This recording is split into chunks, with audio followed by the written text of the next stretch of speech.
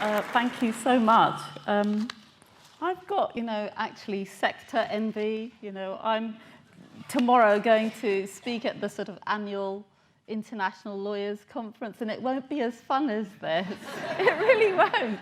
Yeah, I think you've got a much better view of how to look at the role of you as a profession, of you as individuals, and to do it with a bit more joy than we've done it. So I feel like a little bit of a boring lawyer who's gained a little bit of notoriety for, I guess, openly saying publicly that my profession and the work that I had been doing for 30 years wasn't really enough, and that we needed a step change in what we needed to do, and that actually facing up to the fact that breaking the law from someone who is a lawmaker was a better way of using my time and a better way of highlighting the dilemma that we as a society face than others. I was looking at also Adaf Saif's resignation blog, and reflecting on that, what does it mean when some of the most important voices that we have choose to resign, choose to see resignation as a more potent act in the process of change? It's a little bit like the supergluing incident that I did. So I don't have a set speech today because I really wanted to listen carefully and to reflect a bit last night on who you all are and what you're doing, and to ask you a question. How many of you have declared a climate and ecological emergency? Okay, so, ta-da! Excellent. Okay, so my talk is going to be a little bit more prescriptive than questions raising, because I think, I want to give you lots to think about and a little bit of a list of things that may be useful for you guys to do, especially in the run-up to what is going to be a super year of international lawmaking, and where we really have to turn things around globally. So the first thing I guess I'm going to focus on is why you need to look at the need to declare a climate and ecological emergency, and obviously to act on that and to decide to do that.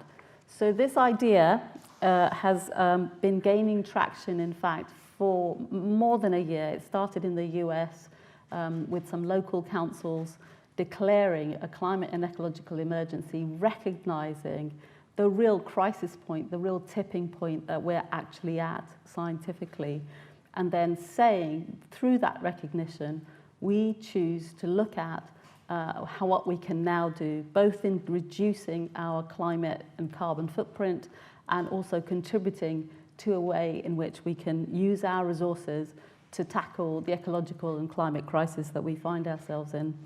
So I think, many of you know about Julie's Bicycle. I'm a trustee of Julie's Bicycle. There are lots and lots and lots of guidelines, materials, resources enabling you to move to reduce the carbon footprint and to reduce the ecological footprint of your own operations, of your own institutions, and to do that. So I'm not going to focus so much on that. I think what we need to do, though, is to go further. You also have audiences, staff members, visitors, you're parts of local communities, and I think you have the ability as museums to curate and create public spaces where conversations can be had. That's one of the most important things that you have, the ability to have conversations. And I think the success of Extinction Rebellion actually was in forcing climate change back onto the agenda as a conversation point for politicians, for ordinary members of the public. And it's because of that that we have now got the polls and surveys saying that people prioritize and understand that we need to continue working on climate issues. So I would say, yes, it's great. Please do use those resources and focus on how you can reduce your own footprint. But the most important work that you could do right now is to ask yourselves, how can we use our real assets, our spaces, our staff, our audiences, our communities to look at what it means to be in a climate and ecological crisis and to then act on it. And the most important thing, I guess, personally, that links what I did at Shell is really to divest and move away from sponsorships from those companies, particular fossil fuel industries, but also agribusinesses that we know are destroying large parts of nature through the production of palm oil and through the production of soya. Those two commodities alone, constitute a great deal of the underlying factors destroying large parts of the tropical forests. The fires from the Amazon were creating so much haze and smoke that darkness has been falling earlier than actually sunset in São Paulo. São Paulo is quite south, it's quite far away from the Amazon. So we're actually literally destroying nature as we speak, and it causes great pain. But I think looking seriously now at how to disentangle and create public spaces for your future audiences, which are those 14, 15, 16-year-olds who are all marching, that's what you need to do. When I speak to them, increasingly also at the global level, they really don't feel comfortable coming to a space which has a band of logos all the way, headed through it. That's not a neutral space. And I think yesterday's decision by the Royal Shakespeare Company to divest and to end their sponsorship from BP is the way in which, the future should look. We should not be forcing our future generations, our young people, to stand on a platform and accept that these big businesses are philanthropies. So I would say, please do that. Please listen to the youth. And I know all of you thinking, oh yeah, but where is the sponsorship money going to come from? So BP and the National Gallery, for example, National Portrait Gallery, that deal is it's a 3-year deal, and it's £300,000 roughly a year.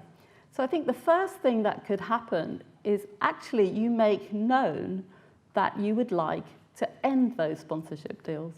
There are many philanthropies, many others, there are many support mechanisms that could then arise, but saying that you are looking to end those deals would be a great step forward. So yes, it's not possible maybe for you to end them right now, right in the next thing, but I think disentangling ourselves and taking that courageous step of saying that we will recreate public spaces that are truly trusted, safe, neutral, and where people can feel that they can co-create and have trusted conversations is really part of that. So that's one of the key strategies I would say that museums in particular could play right now. You would be joining, if you did declare a climate ecological emergency, thousands of other cultural institutions that are doing that. Culture Declares Emergency, I think, has hundreds of members who've declared a climate ecological emergency, including large institutions like Tate Modern. You don't have to wait until you're a perfectly green organisation to do that. The whole point is that you start from where you are, where none of us are perfect in our lives. We all have carbon footprints. We all need to start the journey. Lawyers are declaring an emergency. Doctors are declaring an emergency. Architects are declaring an emergency. And I think one of the nicest parts of the energy that has come from the recent protests all around the world is people recognizing actually it's up to them to decide to take things in their own hands. They don't have to wait for the governments to declare an emergency, although tactically I can tell you that that is one of the key things that we're going for in the International Climate Super Year, which is next year, when the UK will host in Glasgow the follow-up climate change meeting from the Paris meeting, which was in 2015. So in 2015, governments came along and offered, as many of you will now know, very inadequate national pledges, which don't put us on a planetary pathway to safety. There's no way that we're on the way.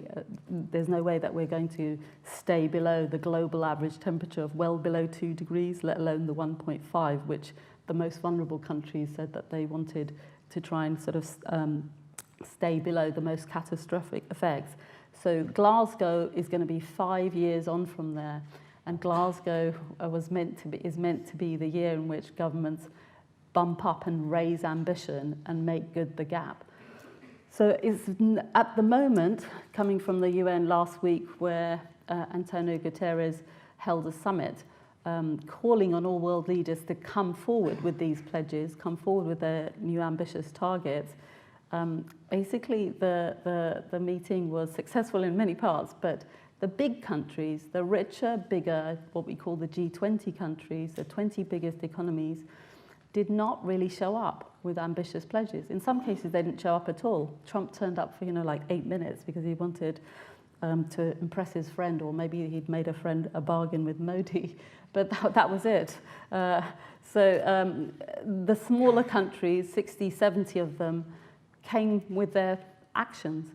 The countries that have caused the least emissions and are already on the front lines of devastating climate impacts, countries like the Bahamas, countries like Mozambique, countries like the Marshall Islands, who I advised in the negotiations, who are already experiencing droughts, floods, hurricane, where already they are seeing climate migration take place.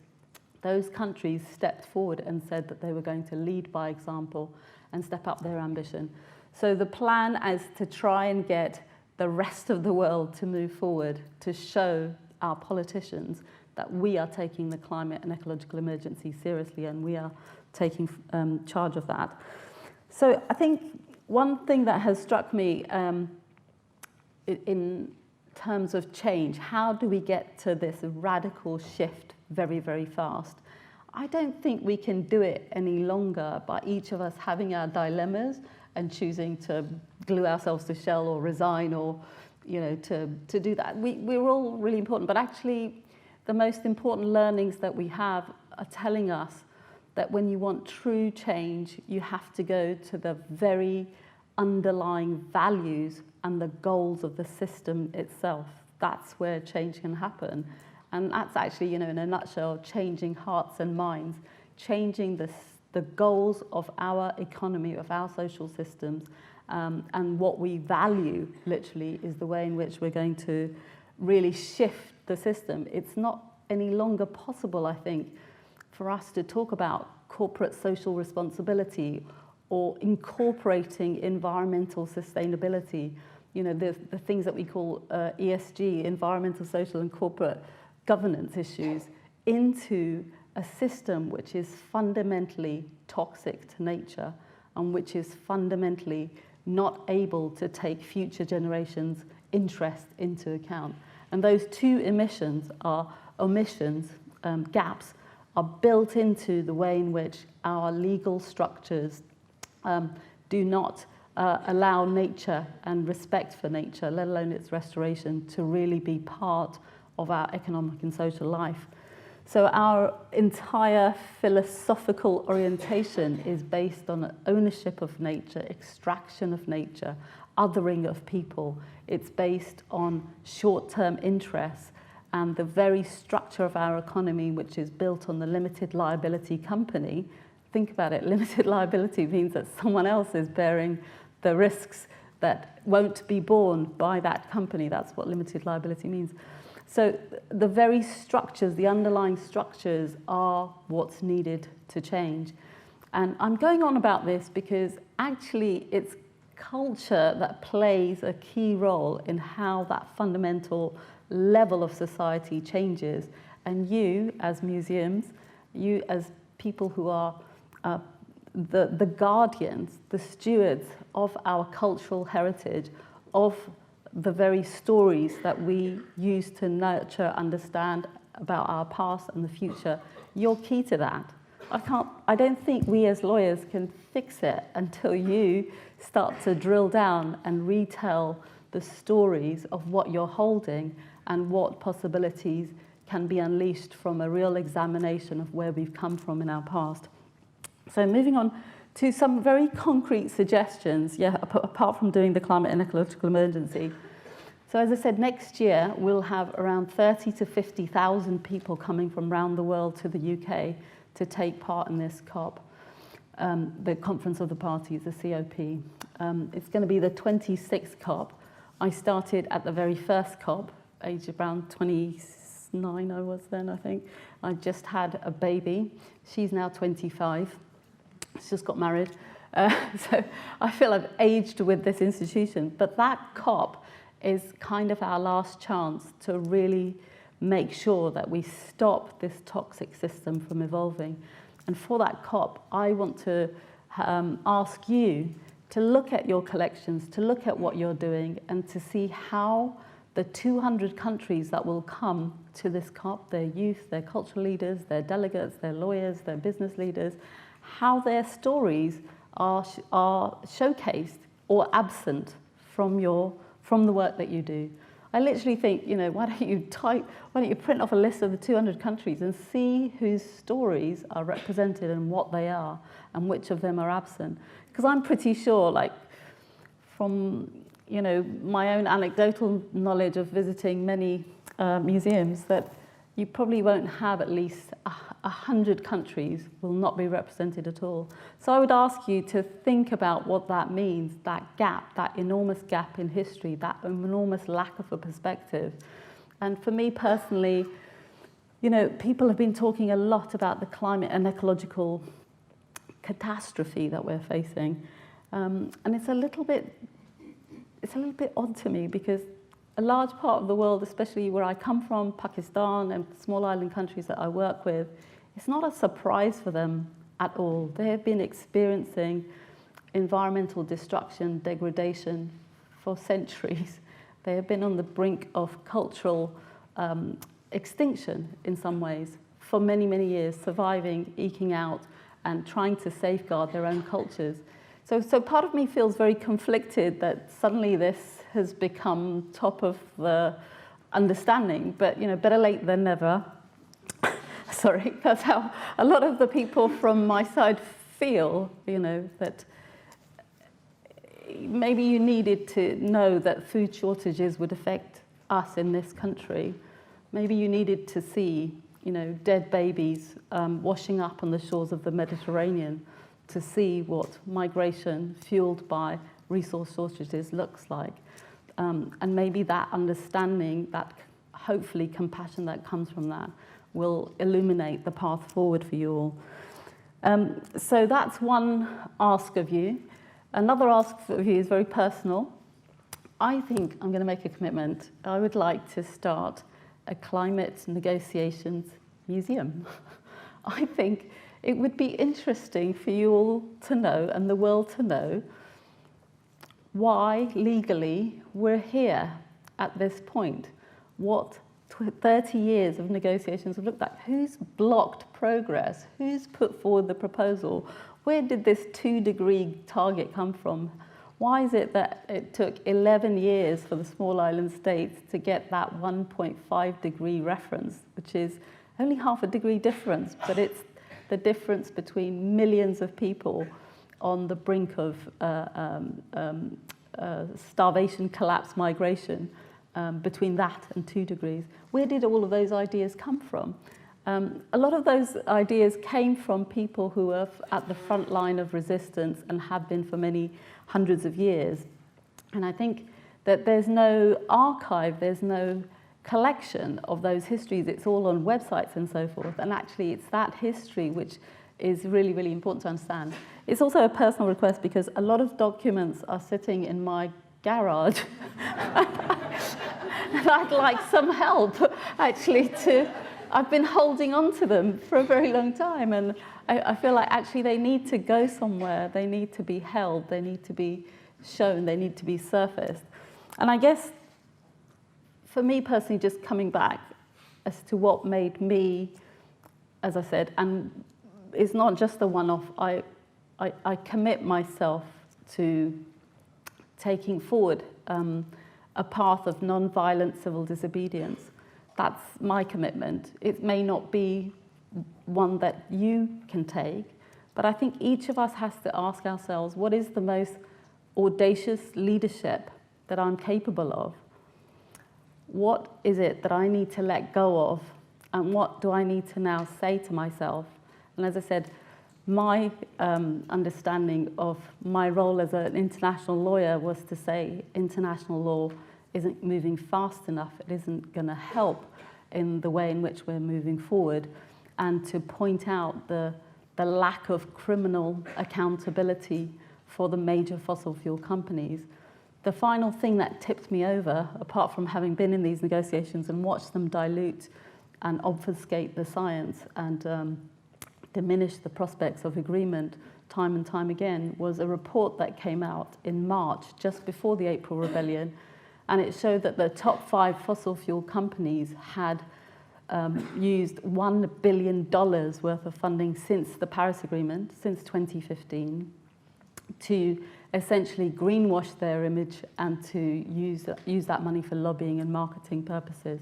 So you're being, we're being complicit in continuing to see some of these organizations who have a very well worked out strategy for continuing business as usual. I don't know if you're glaring enough, I've used my 20 minutes, but I think we do need to move away from seeing parts of our economy as benign and for seeing some of that as hugely problematic. And the final thing that I would say is I've been thinking a lot and reading a lot in the time off that I took last year. The Limits to Growth is a report that came out in 1971, and it formed the basis for a lot of the environmental ecology movement. It informed the debates in 1972, which led to one of the world's major conferences. And it was written by a woman called Dana Meadows, who's also written and was one of the foremost thinkers of systems thinking. And I think I'd just like to end with a quote that she said, because in fact the Limits to Growth report correctly identified roughly 2070 as the point at which the Earth systems would collapse. It's not that far out, it may even be sooner. So what she said was, the scarcest resource is not oil, metals, clean air, capital, labor, or technology. It is our willingness to listen to each other and learn from each other, and to seek the truth rather than seek to be right. And I feel that that understanding, our willingness to learn, hear, to seek not to be right, but to tell the truth from many, many, many different sides, is going to be critical to us facing up to the real crisis that we're now in. A crisis which requires us to continually live in a zone of personal, political discomfort. I don't want to end on a gloomy note. I want to end on a note to remind everybody that fascism was defeated. It was utterly defeated the whole world over. And it was defeated by people who stood up and said that they wanted to create kinder, regenerative, more community-based societies. That's what happened. So we should learn from history, not be daunted by it, and we should definitely make that history more inclusive and more planet-free. Thank you very much.